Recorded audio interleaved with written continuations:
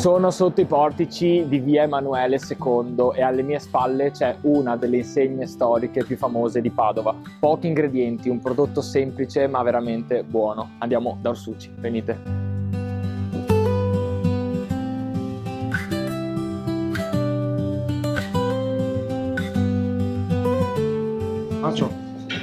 Ciao Patalini, penso che questo posto lo riconoscete già in tanti. Sono con Marco, che è titolare della famosa e storica pizzeria Orsucci. Siamo 2 passi dal Prato. Marco, posizione autoritaria, ciao intanto, grazie di averci accolto. Buongiorno. E raccontaci un po' la secolare storia che avete, l'idea. L'idea è, noi siamo di origine toscana, di Altopascio, che è un Non lo sapevo, paesino vicino a Lucca. Ok. Infatti questo è il modo di fare la pizza alla toscana, sui padellini che in Toscana si chiamano testi. Ok. Mio nonno fu mandato qui a fare il militare nel 1920 e siccome durava 2 anni, il militare nel 22 si congelò, gli piacque il posto e rimase qua. Quindi è nato qua, è restato sempre qua, Orsucci, non il Aprì nonno. la bottega di quello che sapeva già fare, perché lui già a 12 anni lavorava su un forno di queste cose, poi via.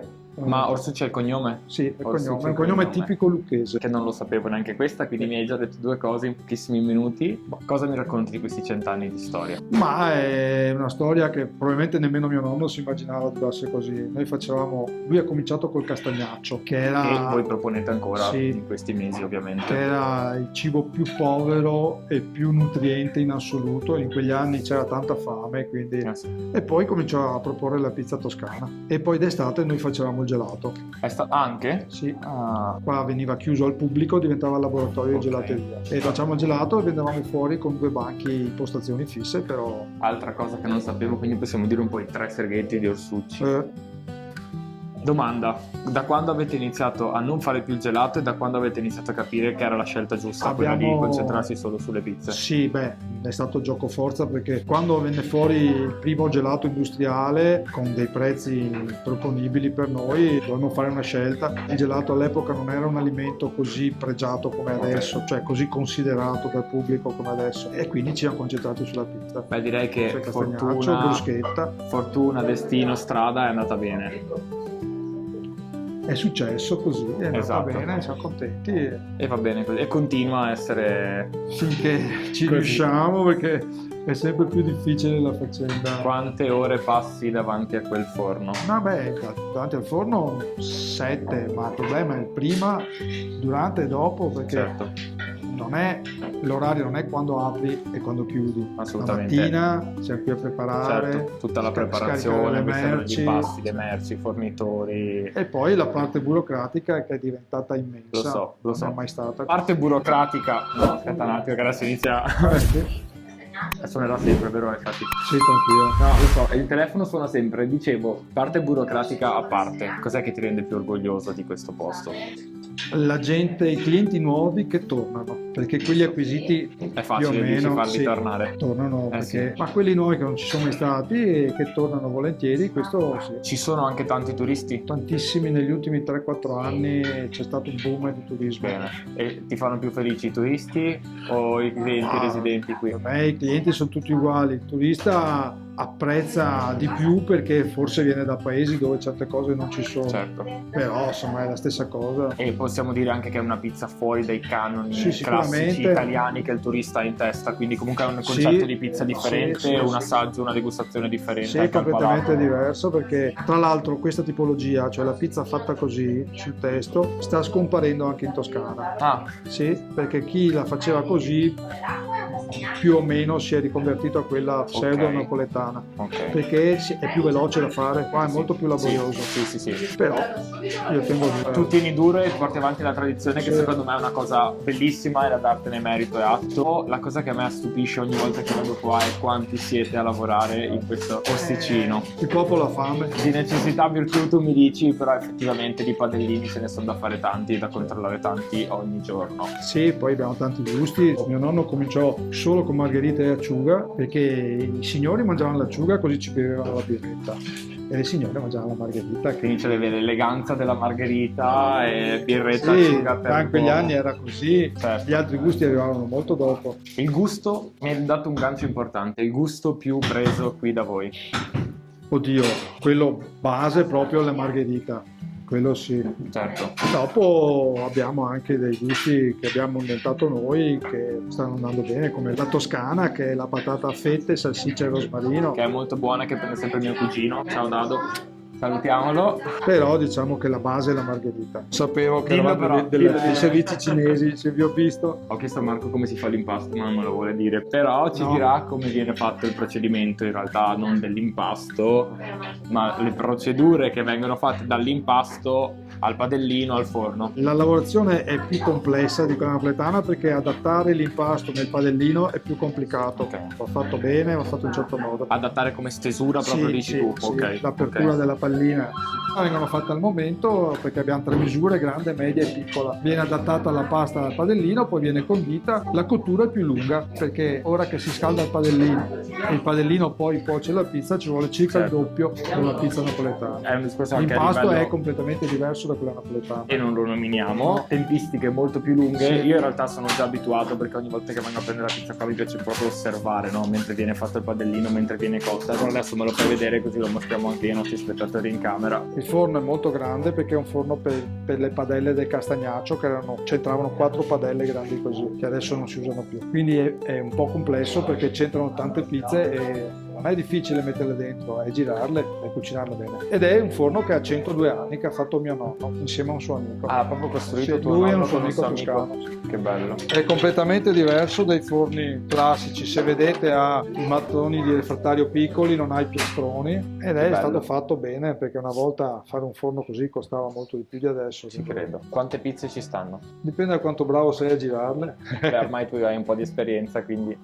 Sì, dipende anche dalle dimensioni, perché se sono tutte grandi, 16, 17, se c'è anche qualche media posso arrivare a una ventina. Il problema non è metterle dentro, il problema è che nei forni a legna di una volta non c'è un termostato e la legna non è mai uguale a se stessa. Ogni partita di legna ha un comportamento diverso, quindi devi avere la velocità e l'occhio di essere pronto a tutto. Perché un attimo Sì. Record di padellini in una sera?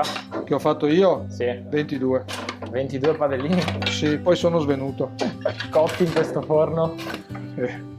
Ma chi lo sa, povero nonno. Poi negli anni 70 abbiamo cominciato a fare la bruschetta, che in Toscana si chiama fettunta, che è fetta unta perché serve per degustare soprattutto la prima spremitura dell'olio. Perché Sì. per noi l'olio è sacro. È sacro. E quindi mio padre, questa volta, non mio nonno, ha introdotto la fettunta toscana, che è fatta con la fetta del pane toscano, abbrustolata sulle braci e strofinata di aglio. Poi si condisce con l'olio extravergine e un po' di sale. Che producete voi l'olio in No, Toscana? assolutamente, ragazzi, fare l'olio non è mica uno scherzo. Se poi ci si vuole la salsa di pomodoro sopra, ci mettiamo il pomodoro, allora diventa bruschetta, la regina della bruschetta.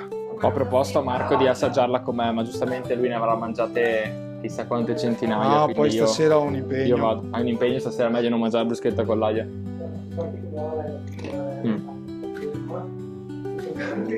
Il suo perché. Le cose semplici sono sempre quelle più buone, quelle più difficili comunque da fare, ti dico la verità. La bruschetta qua da voi non l'avevo mai mangiata, però c'è poco da dire, c'è solo da assaggiare e da mangiare, ragazzi.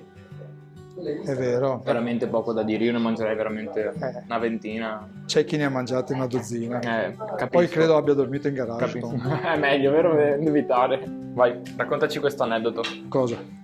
La Paola è fondamentale per il proseguio dell'attività, perché se non c'era lei difficilmente saremmo arrivati a 102 anni. È una dedica d'amore? No, io amo solo la mia moto. Ah, giusto, ok. Sì. Però è una dedica. Però è una dedica. L'amore, è una dedica. No, l'amore... Ti saluta secondo te? Ma non lo so, secondo me... Perché ha fatto tanti anni nella CIA, capito? E quindi è abituata a essere sotto traccia. A stare sotto copertura. Paola, Sì. fai un saluto?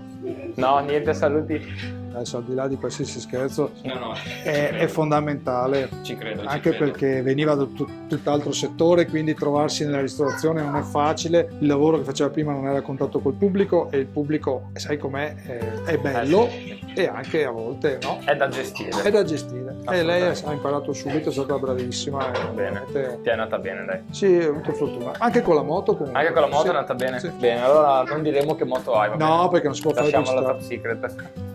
Marco mi stava raccontando che il cliente più giovane, ciao, che il cliente più giovane A mangiare la bruschetta, aveva 7 mesi. aglio e pomodoro, e se ne è mangiata una intera da solo. Che competitivo, il numero uno questo bimbo. È il più vecchio, il cliente più vecchio?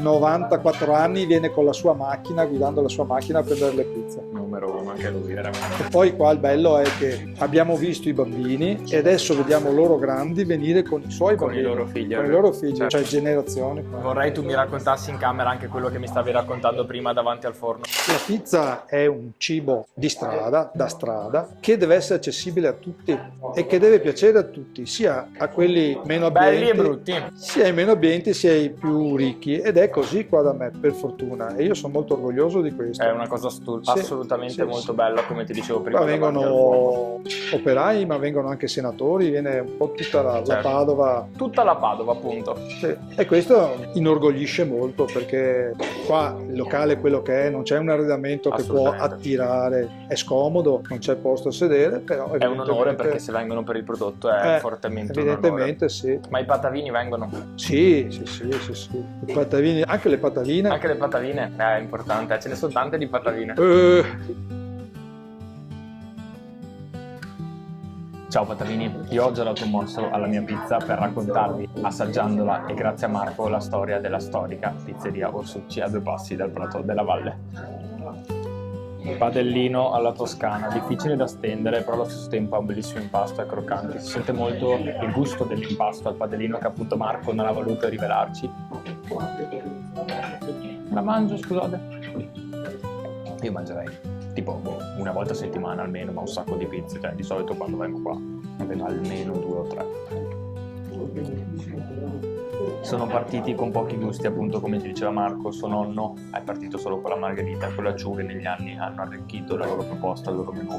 La cosa immancabile è il sapore del forno, della pietra, del legno che c'è alle nostre spalle, ovviamente, non in senso negativo, ragazzi. Conosci qualche sposa su 50 che si sente sola? Allora, se qualche sposa sui 50 si sente sola, può venire a mangiare la pizza e basta. A mangiare la pizza. Almeno è sola, ma con la pancia Almeno è piena. sola ma con la pancia piena, io mi porto a casa anche questa bella caldina. Grazie Marco. Grazie a voi. E alla prossima. Ciao, grazie. Prossima volta mangio il castagnaccio. No, l'ho mangiato 2 settimane fa, l'ho mangiato. Hai visto l'effetto che fa? Fa l'effetto bellissimo il No, castagnaccio. perché gli scienziati americani hanno scoperto che è meglio del Viagra. È meglio del Viagra, è solo quello di Non Orsucci. so chi ha sparso la voce, ma da quando gira sta voce ne vendo tanto. Sì. Non credevo. Non sono stato io, ma magari lo sarò. Pensavo ci Saremo fosse promotori tanto del nuovo Viagra di Padova. Beh, il famoso Viagra Padova. Comunque è bellissimo, tu hai una location incredibile, hai il Prato della Valle qua e un sacco di turisti immagino che vengano proprio qui anche apposta a mangiarsi la vassoietto, Vorrei che i pizzetta e Prato della Valle. Adesso ho la coscienza di quanto bella è la loro città, che invece ultimamente mi sembra che siano più proiettati verso l'estero, verso i luoghi Allora, ci conoscono meno. Ti posso dire la verità, io ho vissuto 3 anni fuori Padova e tornandoci e riscoprendola sempre di più è veramente una città incredibile. Sì. Poi con queste luci, con questa atmosfera. Ciao Marco, grazie. Guardate Patavini. Una delle piazze più belle d'Europa alle mie spalle, pizzetta calda di Orsucci, la nostra città, ricordatevelo sempre. Ciao.